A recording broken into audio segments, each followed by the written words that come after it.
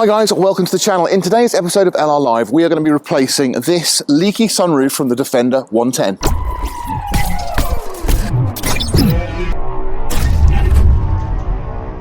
So as you can see, we've taken the sunroof out and I'll be showing you all how to do that in just a moment. And what we've replaced it with is actually a moonroof. So it's a little bit different. It's a non-opening sunroof basically. It's from VGS, it's in, I'll show you how it's done, and to be honest, I'm loving it. The kit we're going to use to replace our windscreen is pretty simple, but it's really nicely put together. So it's from a company called VGS who do the panoramic glass, they do the one-piece rear windows that we fitted, and it basically comprises of a really solid, heavy, I think that's probably double glazed glass. You can see the thickness of it there, look. So that's two pieces of glass bonded together. And that sits inside this aluminium frame.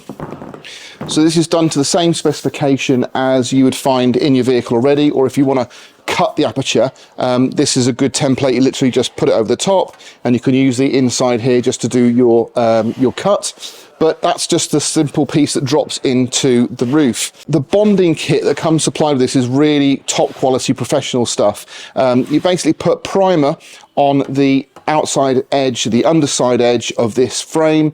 You put the primer on the bodywork of the vehicle as well, around your aperture, and I'll show you all this as I'm doing it, just to give you an idea. And then you bond it in. So you bond it in to the actual roof itself. You are definitely going to need a couple of clamps, at least 4 would be better. I've only got 2, but what I am going to do is I'm going to bond it and then I'm going to put some weight on it to keep it pressed down on the roof, and you have to leave it for a couple of hours to cure.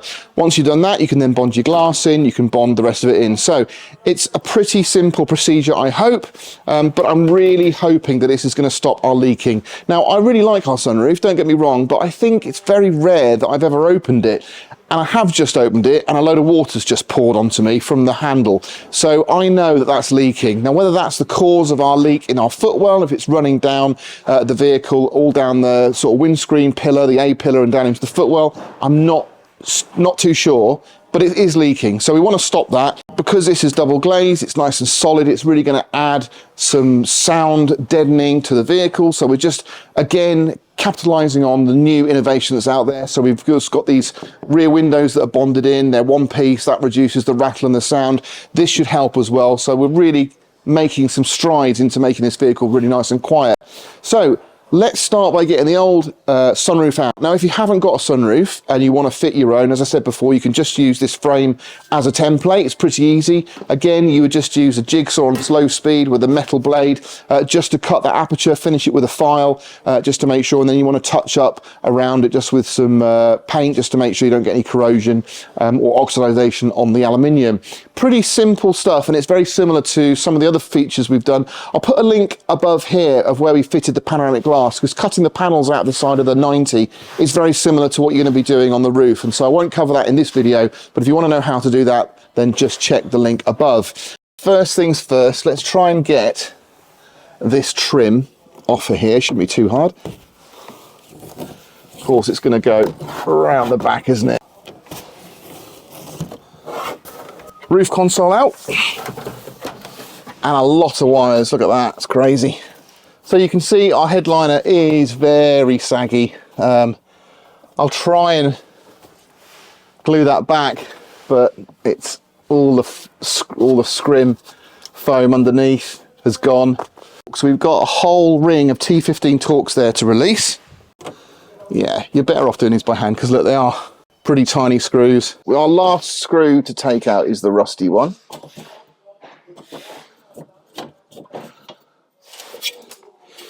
There we go. Pretty sure this has just got some double-sided tape on it to hold it in. But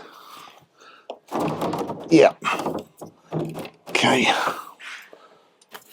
Now, right, didn't even have tape, nothing, it's just got a rubber seal. So you've actually just got a rubber seal on the inside of here, and the only thing stopping the water is how good those screws are at clamping that frame onto it. I have got some glue left over from what I bought to actually fit the carpet in the back here. So what I'm actually going to do is spray some of this in here in the hope that I might just be able to get it to hold, to sit and stay in place.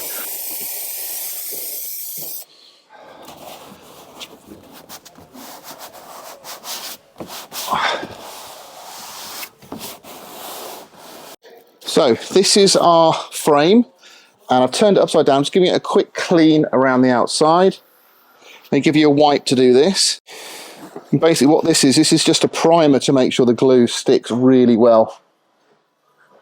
So all the way around, just give it a few minutes to go off. Pretty simple stuff. Before you go ahead and glue your sunroof frame in, just make sure it fits, because if you've got glue all over it and you then find out it doesn't fit, you're going to be in trouble. Now ours is a bit too tight, so you can just see here, so it's not quite sitting in this corner. It's in everywhere else, so I'll show you from the inside. You can just see where the frame doesn't quite sit in. Now, all we have to do is just take a little bit out of that corner. So we can do that with a file, or we could do it with a jigsaw.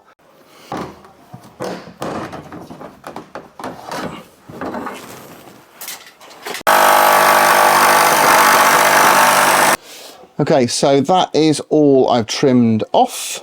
Just a little bit there, a little slither. Let's see if that's enough to get our frame to sit in place.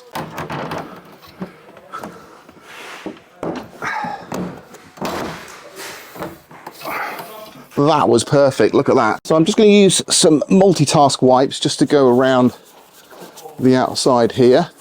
So you get this nice nozzle in the kit. You can see it's got a little V shape in it, which gives you a nice trough, but you do have to remove this top bit.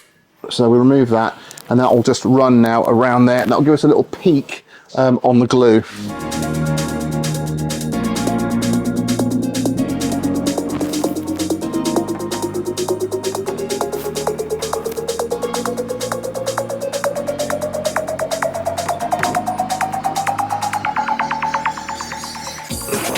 I have primed the inside of my frame there. I've primed my glass, and I've put the glue on the glass. Now, I'm cheating slightly because I'm using a suction camera mount, which I've had previously, to try and make this easier to fit. But I still don't think it's going to be easy because it's heavy. So, let's see what we can do.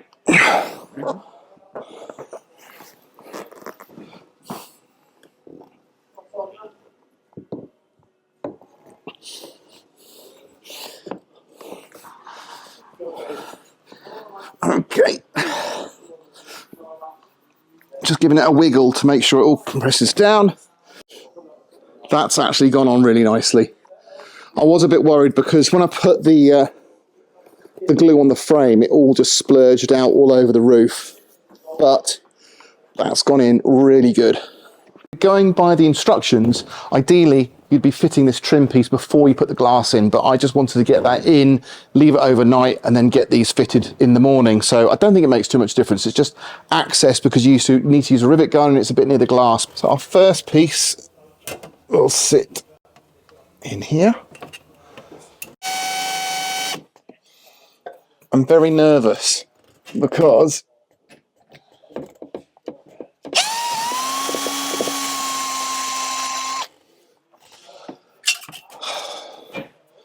I don't want the drill to jump and smash my glass.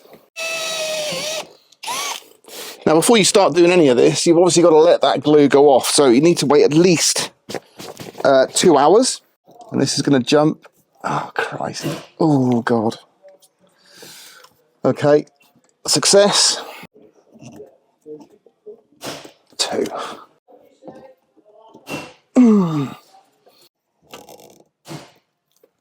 I think probably it needs another rivet at the back. So the last thing we have to do now is, because our headliner is actually quite good and it's staying up, it's not sagging at all, we've got quite a big gap between the headliner and the frame. So they do give you some trim to actually make that look better. It's a shame because I don't think it's going to look very nice, but we will fit it and see what you think. Well guys, the moonroof is in and I'm really pleased. So it's the next day, it's all cured, it's all bonded in, it's absolutely solid. And it's just a massive improvement. Now, I'm going to give you a few hints and tips because it is a really mucky job. So you've got to go into this knowing how mucky it is. So make sure you wear gloves because I still can't get the stuff out of my hands. And you need to have a massive tub of those multitask wipes from Screwfix just to make sure you can clean yourself up, you can clean the vehicle up, all the mastic up. So get as many of those as you can because you will be absolutely stuffed if you run out. Apart from that, actually, it was a pretty simple job. So it was a shame we had to cut a little bit of the roof out, but obviously, you know, we're working within an aftermarket part going into a genuine aperture. But it was super easy, just a little trim out and then it just dropped straight in. The only thing I will say, which is probably more noticeable on our vehicle than other vehicles, but I say that, but we've got quite a good headliner in here, and it is quite tight, so yours might be the same, but you've just got to be conscious of the fact that the frame is actually quite deep, so it does lower down by about ½ an inch, and as such, there is a gap that runs around the frame itself, between the frame and the headliner. Now, when you're in the vehicle, it doesn't look bad at all, and I've actually utilised the trim they gave me. Now, I didn't think that trim would look very good, but it's actually really nicely tidied it up. So I just basically pushed it on gently and I used a dead blow hammer just to tap it on the frame, obviously once it had all cured and everything, so I wasn't moving anything about. And it actually looks really good. So as far as the detail goes, it's excellent. The other thing I really like about this Moonroof is the glass is so much thicker. So it's double glazed. It's about 12 mil thick. Now, standard sunroof glass is only about 2 to 3 mil thick, so you can just tell the difference inside this area. Now, if you've got a sunroof in your vehicle, you'll know it does get hot. It does let a lot of sunlight into the vehicle. So this has actually got a dotted print on the outside, so it's got a sort of 50% tint, which keeps the sunlight off you, and obviously because it's double glazed, it keeps that heat out as well. So that's really a win-win. And from the outside, I was also pretty pleased with how it fitted. Now, you are bonding that frame into the roof, so you are going to get mastic coming out of the edges. And so what I went for was a balance of, well, you've got either all or nothing. So I went for all because I wanted to make sure I was squeezing that mastic out so there's a nice bead all the way around, because the last thing you want to do is bond that in and then you're finding you haven't done it well enough and you're going to get leaks. But I am 150% sure that we have now eliminated any leaks from at least our sunroof aperture anyway. So yeah, all in all, a really nice product. I'm not sure if I'd fit one if I didn't have one already, but that's a personal choice. But certainly as an upgrade for an old sort of leaking sunroof, this is a massive upgrade and a really nice bit of kit. So as I said before, we are really trying to make this Defender as quiet as possible and really trying to bring it up into the 2020s as opposed to the 2000s, and actually make it as quiet as possible. So with our defeater mat we've got in the front, we've got the carpets, we've got Dynamat in the doors, and we've now got this sunroof as well, or the Moonroof, as well as the one-piece glass. It's becoming a much more habitable space. Now, that isn't for everybody, but if you're looking for something and you want to make your Defender a little bit more refined and a bit more usable day to day, and it's something you want to go for, this definitely complements that idea. So I hope you enjoyed the video. If you have, please do give me a thumbs up and subscribe if you haven't. The next video you see, which is going to come out next week, is when we're going to be putting the brand new Exmoor trim urban seats in the vehicle. They're heated, so I'll be showing you how to wire those in, and I'm really hoping they're going to just complete the transformation. We've got a couple of other little things to do into the cab, and you may have noticed we don't have the roof console in at the moment. That's because we're going to be trying a different product that goes into the dash, so we're constantly trying to evolve the vehicle to show you guys what options are out there. So please do stay tuned, and I'll catch you on the next one.